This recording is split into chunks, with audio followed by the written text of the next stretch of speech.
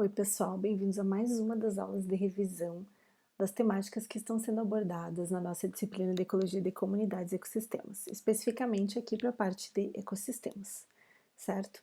Hoje a gente viu em aula um pouquinho mais sobre as redes de interação entre espécies.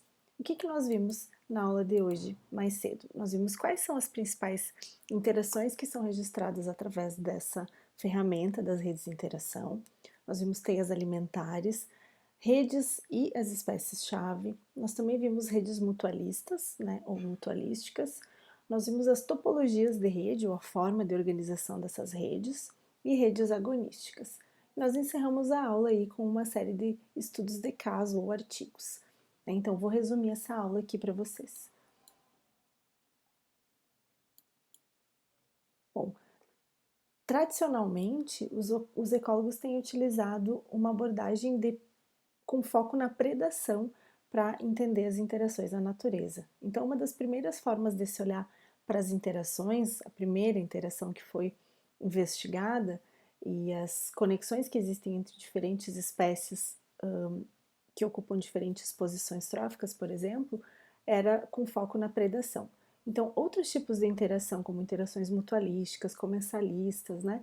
Essas não eram o foco inicial, né, dos ecólogos. Então, o foco inicial era com abordagem voltada para a predação, né, e nessa relação que existe entre consumidores e seus recursos. Qual que é o primeiro passo que se dá para olhar para esse tipo de interação? Lá, isso já aparece em outra aula que nós tivemos, que está aí nos outros vídeos disponíveis, né? Então, uma das primeiras coisas que os ecólogos olham, e isso vem lá de 1920 com Charles Elton, é para a relação que existe entre espécies em diferentes níveis tróficos, ou diferentes espécies que compõem esses níveis tróficos através dessa representação aí da teia alimentar, né, da food chain ou food web. Então, o que vocês estão vendo representada por essa imagem aqui feita por uma criança é que a gente consegue perceber facilmente essa conexão que existe entre os diferentes elementos da natureza, principalmente quando a gente fala em teia alimentar, né, nas relações alimentares que existem entre esses diferentes organismos. Então, isso é uma rede de interação que é fácil da gente perceber, capturar no sistema e foi uma das primeiras, então, a ser explorada pelos estudiosos, né, pelos ecólogos. E aí depois, então, outros tipos de interação começam a ser estudados de uma forma um pouco mais aprofundada e aí sim lançando mão das ferramentas das redes complexas, né? Então agora a gente vai ver quais os exemplos de tipos de interação que têm sido abordados dessa forma através das redes de interação. Então, aqui vocês estão vendo um exemplo de uma rede que é alimentar, né? De uma rede trófica também, um food web, em que a gente tem 92 espécies, representando 997 links, e aqui a gente tem aproximadamente 11 links por espécie. Isso quer dizer que, em média, cada espécie está conectada com outras 11 espécies, um trabalho de Dunn e colaboradores de 2015. O que é importante mostrar para vocês aqui é que nessas redes de interação, essas bolinhas ou os nós, em inglês nodes, representam as espécies ou organismos que interagem uns com os outros, né, nos diferentes níveis tróficos, aqui representados pelas cores, né, diferentes grupos, e essas linhas que conectam as espécies representam a interação entre elas, nesse caso, uma interação alimentar, tá? Então aqui a gente tem uma teia alimentar. Os organismos que estão representados aqui são algas, zooplâncton, insetos e também peixes. Quais são os tipos de interação, então, que são estudados através dessa abordagem das redes? Então, nós temos a predação, que vocês viram anteriormente, essa teia alimentar representa isso, né, uma interação de predação, quando a gente remove indivíduos, então, de uma população, né, eles são predados. Um outro tipo de interação que é representado através das redes é o parasitismo, que aparece ilustrado aqui para vocês nessas imagens. Nós também temos a polinização, que é uma importante rede de interação representada, né, através das redes e muito bem estudada através dessa ferramenta das redes complexas. Polinização feita por diferentes organismos, né, desde insetos até organismos como mamíferos, por exemplo, aqui um morcego ilustrado para vocês. E também nós temos a dispersão, que é uma importante interação mutualista, que é representada aí nessas imagens por aves dispersoras, né? Lembrando que outros organismos além de aves contribuem para a dispersão de sementes, tá? Então esse tipo de interação é muito importante, né? Tanto para as aves que se alimentam e dispersam as sementes, quanto para as plantas, né? Os organismos vegetais que dependem dessa dispersão pelas aves e mamíferos e outros organismos. Então aqui a gente tem uma interação mutualista que é representada através das redes complexas. Aqui uma anta aparecendo para vocês. E por fim, a herbivoria, que também representa uma interação trófica, né, onde herbívoros se alimentam de consumidores primários, mas nem sempre essa interação ela resulta na morte completa do organismo, então por isso não é classificado como uma interação de predação. Tá certo? Então, uma interação aqui que é a herbivoria, que remove partes, né, constituintes dos organismos vegetais, mas não necessariamente vai determinar a morte desses organismos. Então, aqui uma importante interação estudada através dessa ferramenta das redes. Bom, aí a gente tem as redes alimentares, que, lembrando para vocês, elas foram introduzidas na ciência ecológica pelo Elton, em 1927, e aqui nessas teias alimentares, esses diagramas, como que vocês estão vendo aqui embaixo, né, da Pisaster, daquele estudo do Robert Payne, que aparece aqui, eles representam a relação, então, entre os consumidores e os recursos, né, ou as suas presas. Aqui é importante que vocês saibam que essas redes, elas, apesar de elas mostrarem as conexões que existem entre espécies e o fluxo de energia, por exemplo, através das setas, eles não representam necessariamente a força dessas interações. Então a gente não tem aqui uma medida de quão fortes são essas interações, mas a gente tem uma medida do link possível entre os diferentes organismos que compõem esses níveis tróficos, então entre recursos e seus consumidores. Aqui a gente tem a representação feita por setas, isso nas redes alimentares ou nas food webs. Bom, e como que essas informações sobre interações entre espécies são coletadas em campo?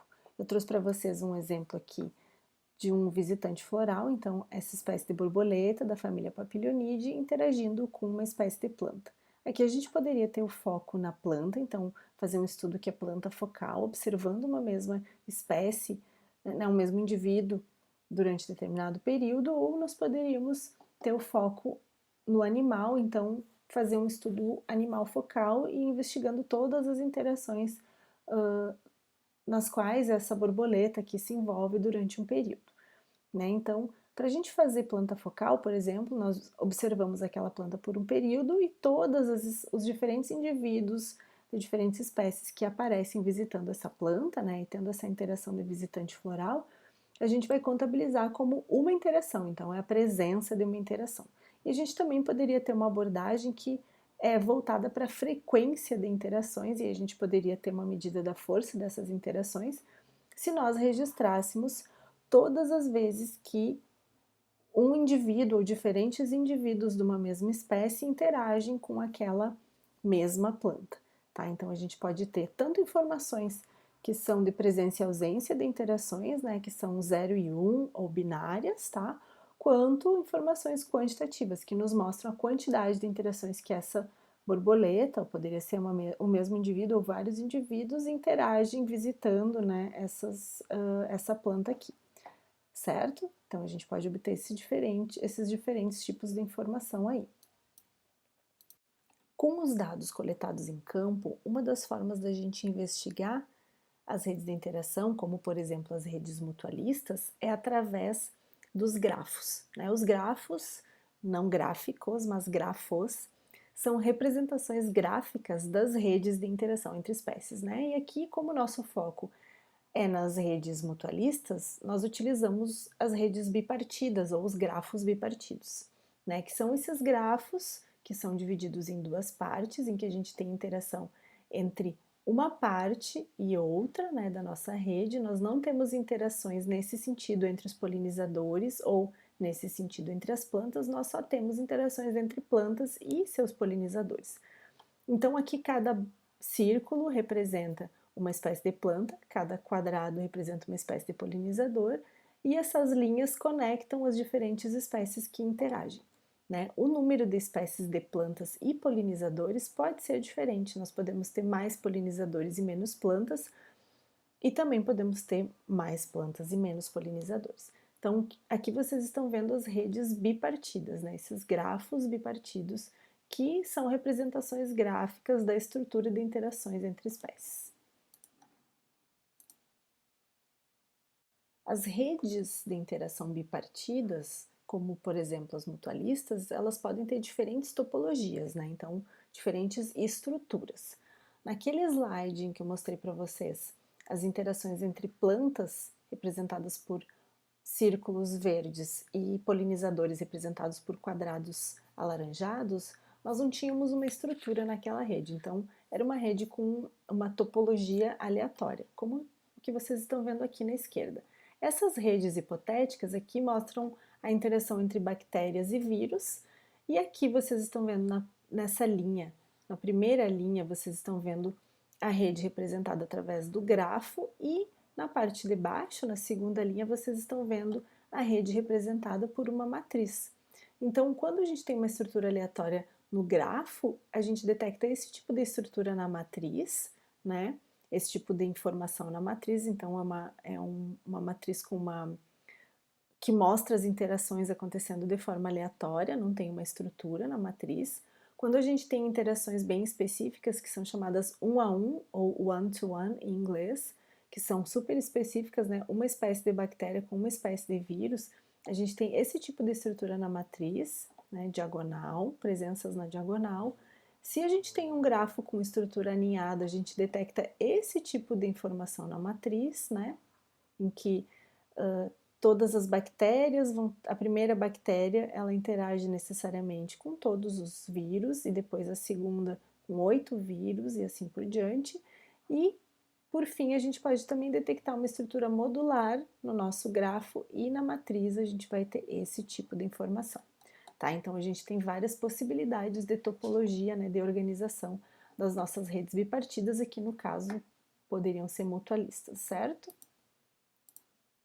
E aí a gente passou então para os estudos de caso, em que eu mostrei para vocês uma rede bipartida, e aqui nós temos espécies de plantas representadas pelas barras brancas na parte inferior dessas redes, e espécies de aves na parte superior dessas redes. Vocês estão vendo diferentes datas aqui, porque essas redes elas foram investigadas ao longo do tempo, né, sob uma abordagem temporal. Então aqui os autores estavam interessados em como que essas redes e a estrutura dessas redes mudava ao longo do tempo. Então aqui foi uma investigação com foco na variação temporal nessas redes de interação plantas frugívoros. Essas barras que representam as aves na parte superior, pretas são qualquer espécie de ave, enquanto que as verdes são as generalistas, e em cinza vocês têm as aves que são migratórias nesse sistema, então elas ficam determinado período naquele local. O que foi encontrado nesse estudo? Os autores registraram 319 interações entre 42 espécies de plantas e 44 de aves frugívoras. Eles encontraram que existe um core de interações, né? Então, na verdade, é um conjunto de espécies que é representado por 10 espécies de aves que se mantém no centro das interações ao longo do tempo.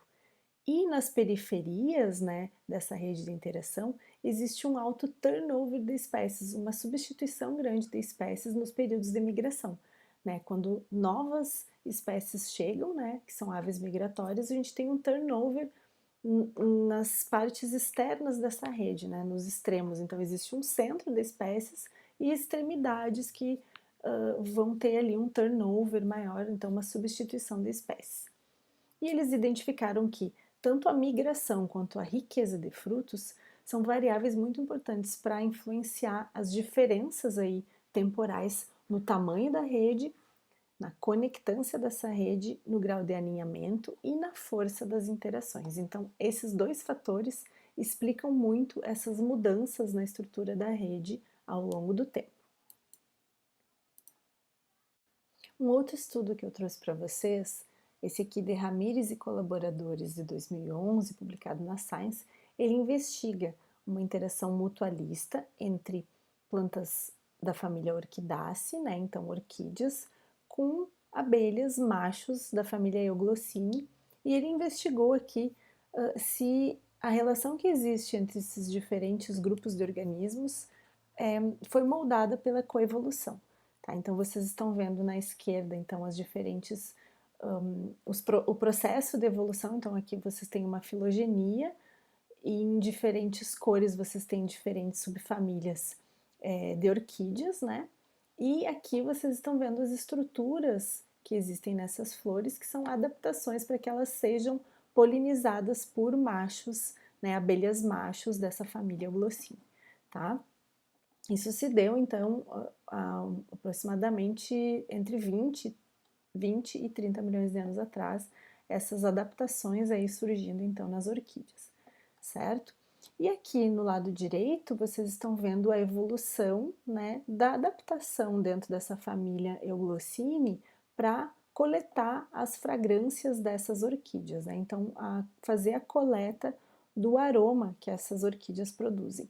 E a gente vê aqui a origem dessa adaptação, que é uma adaptação que existe na estrutura das patas, né, dessas abelhas, e os autores encontraram, então, que o processo que moldou essa interação, que hoje é considerada uma interação mutualista, se achava que era o processo de coevolução, mas na verdade não foi a coevolução que fez com que essa interação existisse dessa forma, como ela é atualmente, né, uma interação do tipo mutualista, porque essa adaptação para a coleta desses aromas ela surge anteriormente à adaptação das orquídeas, e aí as orquídeas desenvolvem estruturas adaptadas por mais de 3 vezes no tempo evolutivo, surgem essas adaptações, então, independentemente, né, para as diferentes famílias. Então, vocês estão vendo que isso surge independentemente em diferentes famílias, 1, 2 e 3, né, subfamílias,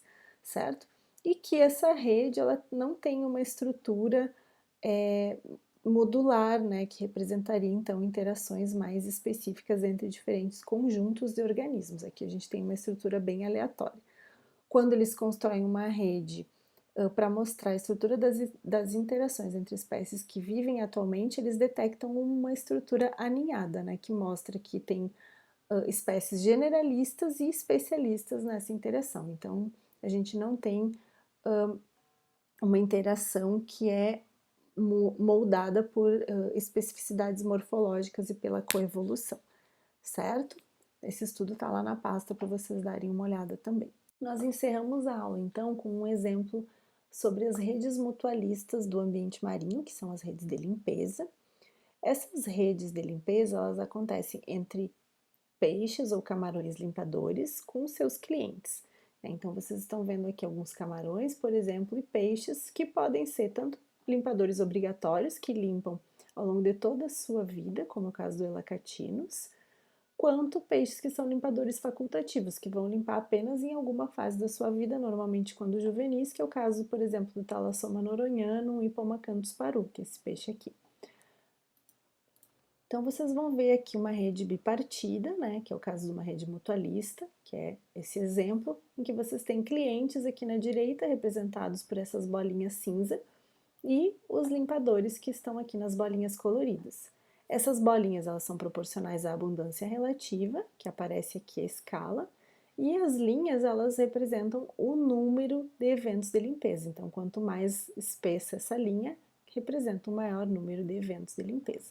Então, vocês estão vendo que Thalassoma noronhanum é tanto uma espécie abundante localmente, isso é lá em Atol das Rocas, né, uma reserva biológica na costa brasileira. Ela é tanto abundante quanto ela tem um número muito grande de interações. Já Stegacius rocassensis tem um número grande, né, de indivíduos, uma abundância relativa grande, mas o número de interações não é tão grande, não é proporcional a essa abundância. Elacatinus, por outro lado, é uma espécie que tem uma abundância baixa, né, em relação a outras espécies, mas interage com muitas outras espécies na rede, inclusive tem um número bem grande de interações aqui com Acanthurus quirúrgos, né, que é esse peixe que também aparece como limpador aqui desse lado do grafo, né? Então aqui a gente tem uma espécie que é considerada chave, né, nesse tipo de interação de limpeza, que é o Elacatinus, que é uma espécie que tem uma abundância relativa baixa, mas que tem uma contribuição muito grande para essa rede, limpando muitos clientes e interagindo uma quantidade muito grande de vezes com alguns desses clientes, certo? Então, nós encerramos a aula aqui com esse estudo de caso e eu vejo vocês na próxima.